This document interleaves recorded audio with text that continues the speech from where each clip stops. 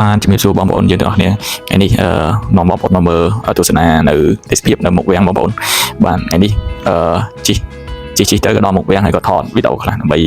បង្ហាញបាទឃើញទេសភាពស្អាតបាទព្រៃផឹកឡើង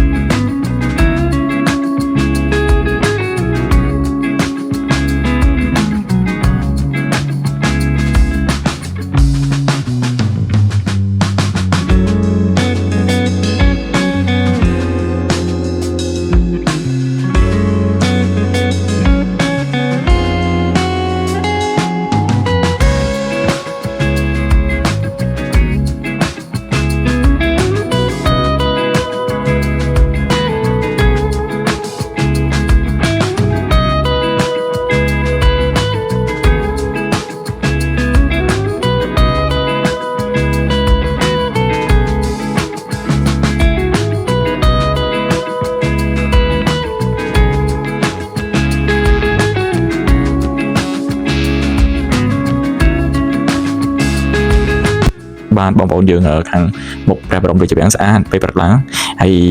ទេសភាពនៅតាមមាត់ទន្លេក៏ស្អាតដែរបងប្អូនបាទហើយ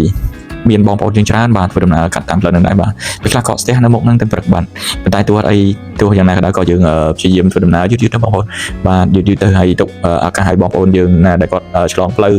ឬម៉ូតូអីចឹងគាត់បានធ្វើដំណើរទៅស្រួលបាទហើយចាំយើងទៅតាមក្រោយបាទ